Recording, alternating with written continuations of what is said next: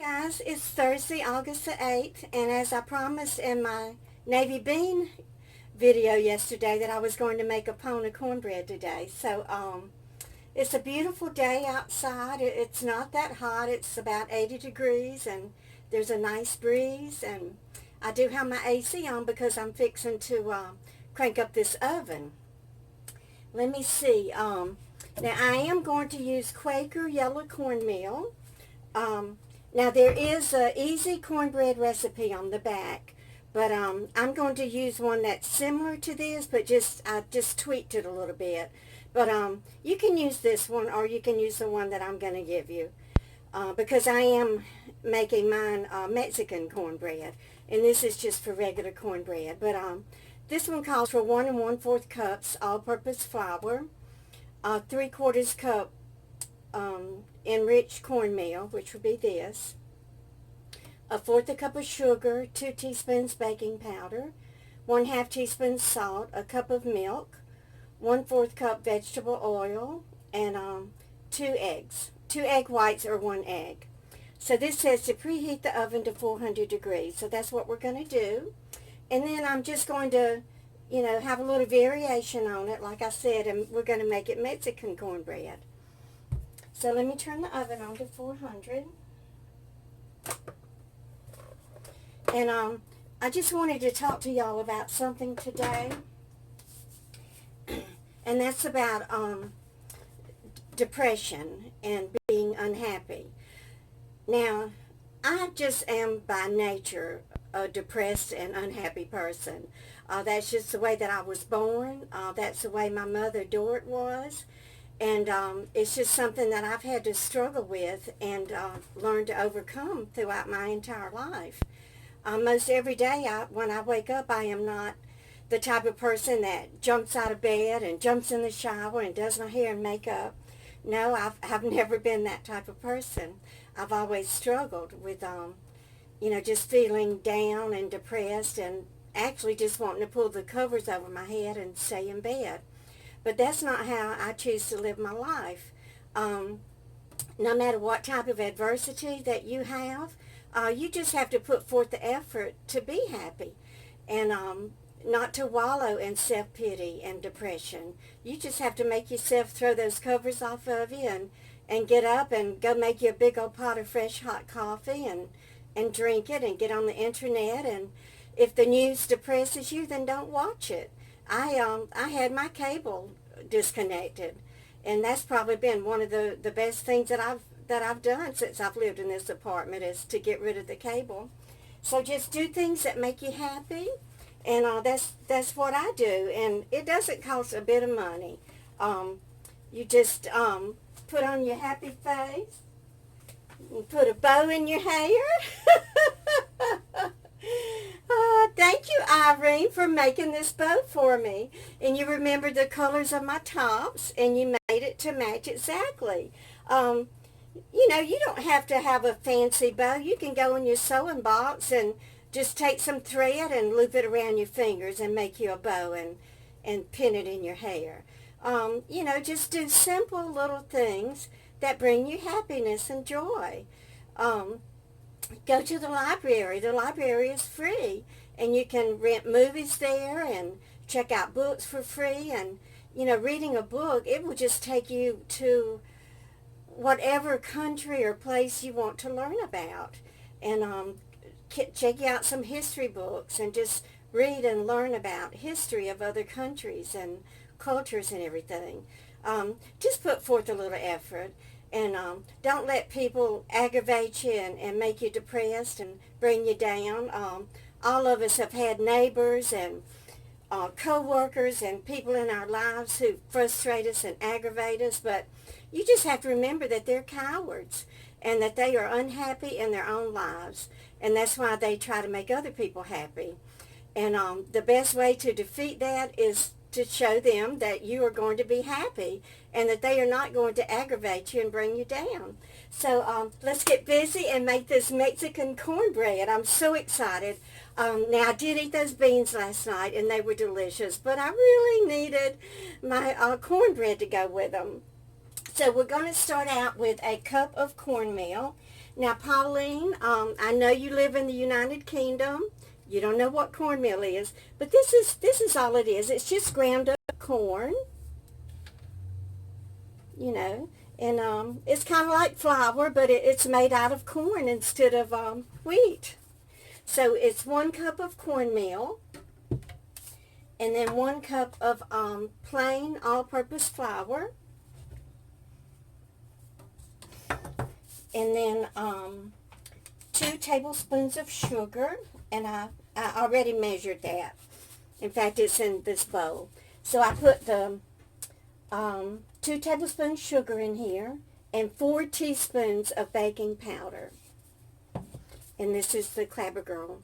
Baking powder now, not baking soda. 4 teaspoons baking powder, and then 1/2 teaspoon salt. So I put all of that in here and just kind of mixing it up. So you add that to your flour and cornmeal. And so I'm going to just kind of stir this up with my whisk. Thank you, Paula. Talking about Paula and Pauline today. Y'all, I love all of y'all's names when you leave me comments. Everybody has such beautiful names and, oh, just so unusual. And I just love learning y'all's names. So thank you for that. Okay, so I just kind of blended this up. I'm going to pour it in my bowl. And then the recipe calls for 1 cup of milk. And this is my dry cup, but a cup is a cup, right? So I'm going to add that to the dry mixture. Okay. Put my milk back in here.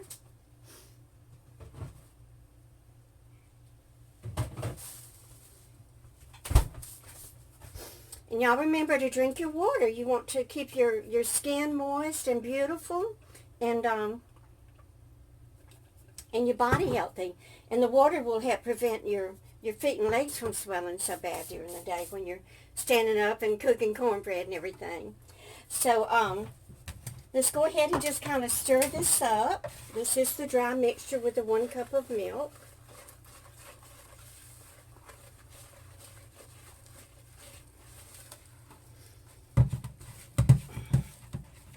This is really, really thick, so I'm not sure. I may have to add more milk. Maybe I shouldn't have used the dry cup. Y'all have been telling me that I used the wrong cup, but I can't find my regular Pyrex measuring cup, so that's why. So we're going to add an egg, 1 egg. Maybe that'll make it a little bit creamier. Of course, it is supposed to be thick. Your batter is supposed to be very thick, so. Yeah, this is making it a little bit creamier. But I think I need just a tad bit more, see, this is kind of too thick, I think. Let's add a tad bit more milk.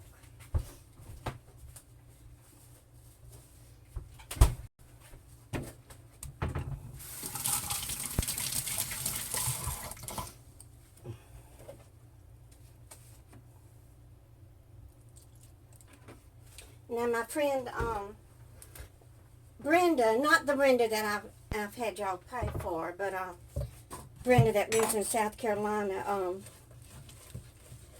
she was complimenting my lipstick and said that the lipstick and mascara and powder that she bought from Dollar Tree broke her face out. So Brenda, your L'Oreal lipstick is sitting on your front porch right now, so go out there and get it. I got a picture from Amazon where they made the delivery, and I put a little surprise in there for your hubby. I know he's suffering right now with a lot of health challenges, and I'm so sorry for that.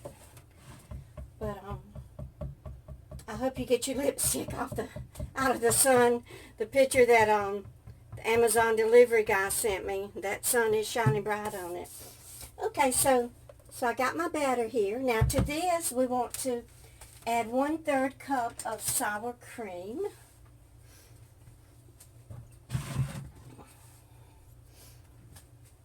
Oh, wrong cup. 1/3, not 1/4. And I just use regular sour cream. I'm glad it doesn't call for a lot because I want to make a sour cream pound cake. And I don't want to have to go buy more sour cream. So this will serve two purposes. So that's enough. 1/3 cup sour cream. So we're going to add that. And it calls for 2 tablespoons chopped jalapenos. I knew that I had this, the jalapenos in a jar. You know, I guess they're called pickled or whatever. So I just chopped up a few. I don't want it real hot, so it's not a big deal. But you can use fresh jalapenos. I know a lot of y'all grow them in your garden, so go out there and pick you some fresh ones and put them in your cornmeal. Okay, and then I fried a couple of pieces of bacon, so we're just going to crumble up the bacon in your cornmeal mixture. Okay, and then it calls for a cup of cheese and a 1/4 cup of bacon grease or vegetable oil. So we just got that crispy bacon in there, and a cup of cheese. So this is about 2 cups, it says. So we'll just use half of this package, and I did buy the Mexican cheese.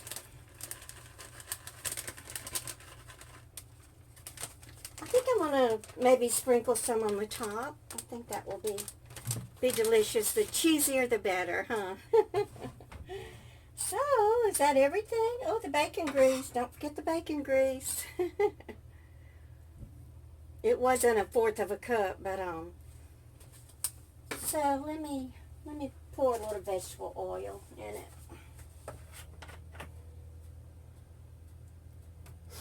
I think I'll pour a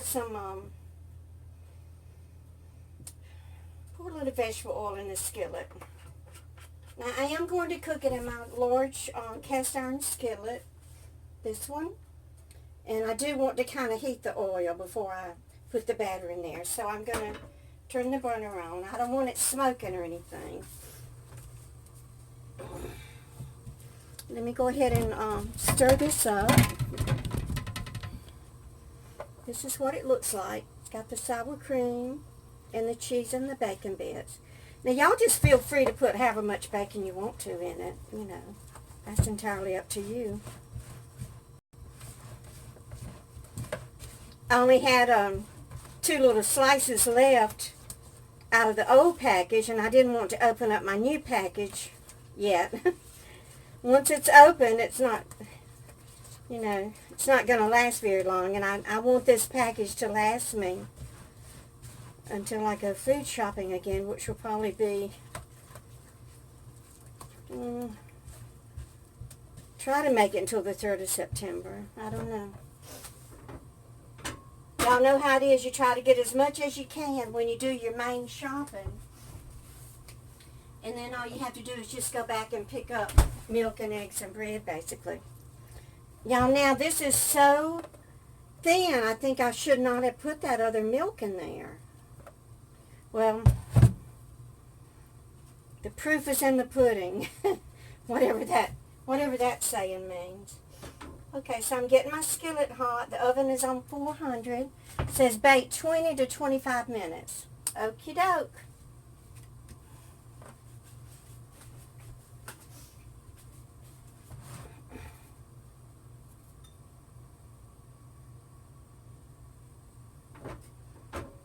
Y'all, I sure have been enjoying those Jersey tomatoes that I bought at Wegmans Monday. So, I'm going to have to make sure I get up early Saturday morning and go buy some from the farmer's market over there.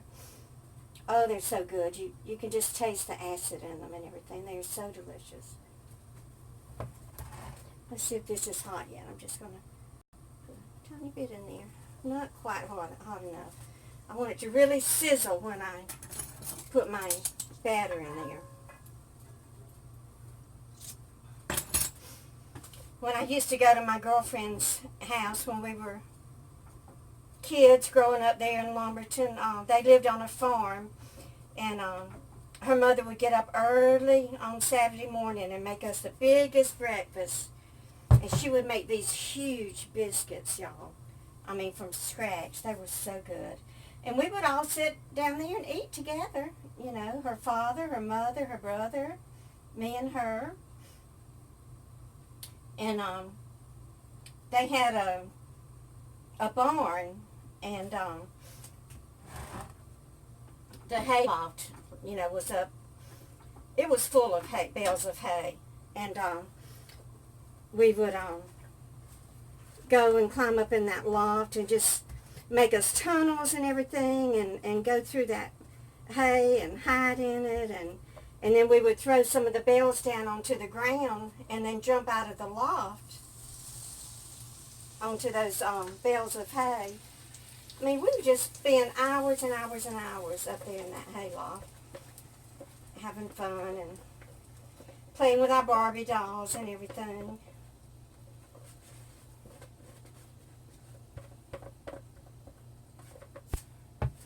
Okay.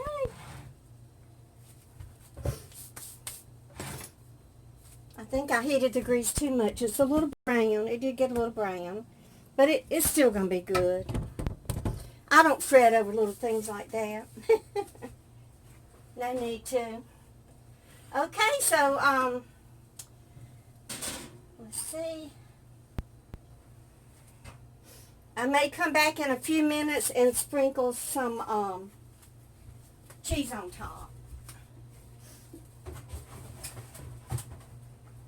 Oh, I need to clean that refrigerator out. It's such a mess. Let's go in the living room and talk a little bit.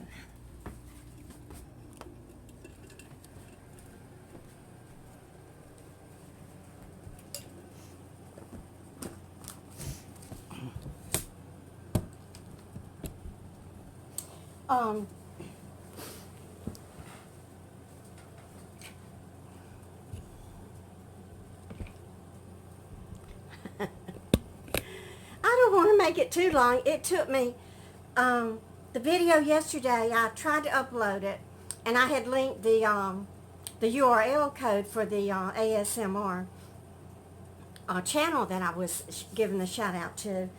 So my video went through the uploading process, and after 3 hours, I got a notice that it had failed. So after all of that time and everything, just wasted. So then I thought, well, maybe it's because I have that URL code linked in the description. And not only do the robots have to approve my video, they have to approve the channel that I'm recommending. So I took that out of the description, and sure enough, my video uploaded in about a half hour. So I have to remember not to link any URL codes in my description anymore. But I wanted to talk to y'all today about, you know, how much I love history. And y'all remember the old Fingerhut company. And it's still in business today. And it's just remarkable that this company is actually still doing business. But I did look it up on Wikipedia. I'm really using Wikipedia now since I made a donation to them. It was founded in 1948 by brothers William and Manny Fingerhut, and it was founded in and it still operates out of Eden Prairie, Minnesota. Hey, Minnesota subs. In 2008, it generated $500 million in revenue. I mean, that's a lot of mail orders. And it had 6,000 employees. Not sure if it still does. But they started out in 1948 selling automobile seat covers. I don't remember those seat covers. I mean, back in the 50s, didn't the old cars have thick, genuine leather seats in them? Maybe people did want to protect those leather seats. But then they expanded to include towels, dishes, and tools. And I remember Mom and Daddy, well, I guess Mama. I don't know if Daddy ordered tools from them or not. He might have. Daddy did have a lot of tools. But Mama did order a lot of household products from them. Of course, it was done on credit, And I've told y'all before how Dort and Lamar, they didn't care too much about paying their bills, so we were always having these bill collectors from Fingerhut calling. But today they've been bought and resold and bought and resold. They were even owned by Macy's at one time. But today they're one of the largest credit card issuers in the United States. Customers can pay with credit and make monthly payments until their orders are paid off. Because most mail order, like if you order from Sears, I guess you could use the Sears credit card and pay it off too, but Fingerhut is still in business. But I was just thinking about, after I married little Scotty, oh, y'all remember little Scotty. Oh, here's the picture of the rainbow wedding. This is little Scotty, and this is Glenda Merle, and this is little Scotty's sister, and these are my bridesmaids here. This is my niece Phyllis, my little niece Tammy, and my sister Bobby. And this is my little nephew Tim. Of course, this was in 1971, so it was nearly 50 years ago. But anyway, little Scotty now, he loved Fingerhut, because Fingerhut was one of the only places where he could order his satin pillowcases. And he would have this habit, you know, that he was able to keep secret from Glenda Merle until the morning of the honeymoon. So, you know, we go on the honeymoon to Fort Walton Beach, Florida, and we have our honeymoon night together, which wasn't anything to write home about, I guarantee you that. And then I get up the next morning and little Scotty's sitting on the edge of the bed. Of course, poor little thing only had the cotton pillowcase from the pillow in the motel room. But he was sitting there, you know, doing his little faux fi thing and putting it in his eye, and then he would put it in his nose and then his ear. And then he would take the corner of it, y'all, and rub it underneath every fingernail. I mean, one at a time. I mean, this was a weirdo. So I just, you know, I was shocked. So I said, "What in the world are you doing?" And he goes, "This is my faux fi." I said, "Your what?" And he said, "My faux fi." I said, what in the world is a faux fi? And he had named his little addiction, or whatever it is that he had, emotional support pillow, his faux fi, from when he was a little boy and he'd learned how to count. He would say, 1, 2, 3, 4, 5. So I walked out on the porch and I looked up in the heavens and I said, "Dear God in heaven, what have I gotten myself into?" Oh, Lord. So as soon as we got back to Lumberton and got settled in Hattiesburg and everything, in the student dorm there at the University of Southern Mississippi, I immediately started looking for my way out of that marriage, let me tell you. Oh, it was horrible. And then for him to go to the Fingerhut catalog, y'all, and order the satin pillowcases. Oh, Lord. But I was glad he had his own satin pillowcases, because then he didn't wear out my pillowcases. So my friend Sharon, who sent me these satin pillowcases, I hope you don't mind that I used them to tell this little story. But I'll go check on that cornbread in a minute, and then I will attach the end result to the end of this video. And y'all just keep on coming back. Bye, guys. Hey, guys. So the Mexican cornbread is ready, and it looks so good. Let me show it to you. Isn't that beautiful? I let it cook about 15 minutes, and then I came in here and sprinkled some of that Mexican cheese on top. And I got my navy beans heated up, and I'm ready to eat dinner. So let me set you down here, and we're going to cut this cornbread. And oh, let's just see how it turns out. It's my first time to use this particular recipe.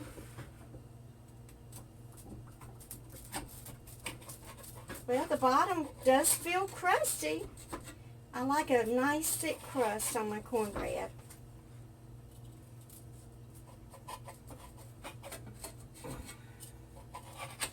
And we'll just see how this turns out, and I might have to tweak the recipe. I might even tell y'all to tweak it one way or another, but let's see.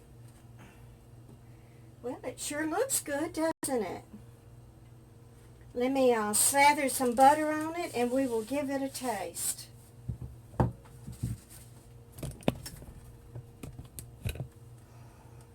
Smells good. Oh, you can just smell that rich aroma of the corn.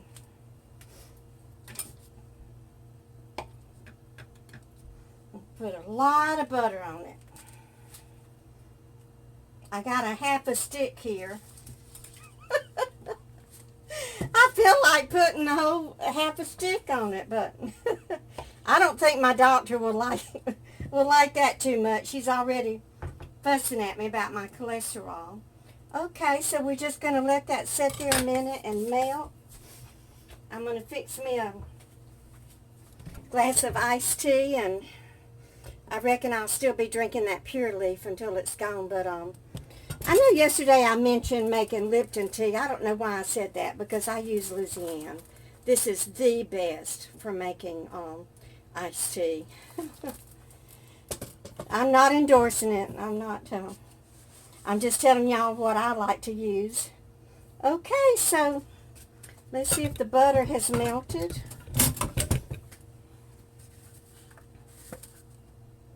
This is going to taste so good. It's not quite melted.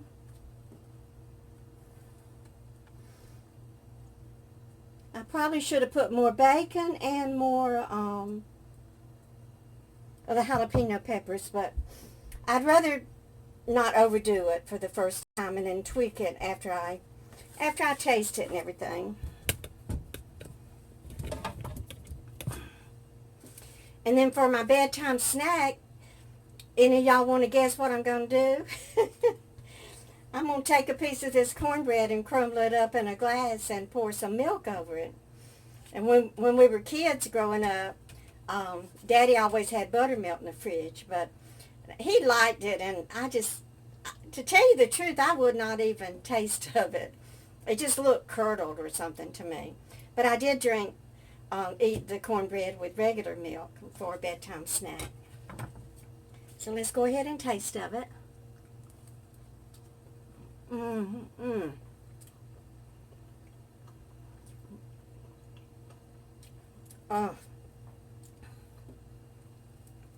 Y'all, it is perfect. I mean, nothing needs to be done to it. It is perfect. So, I'll leave the recipe in the description. And y'all go make you a big old pound of cornbread. Just keep on coming back, guys. Bye.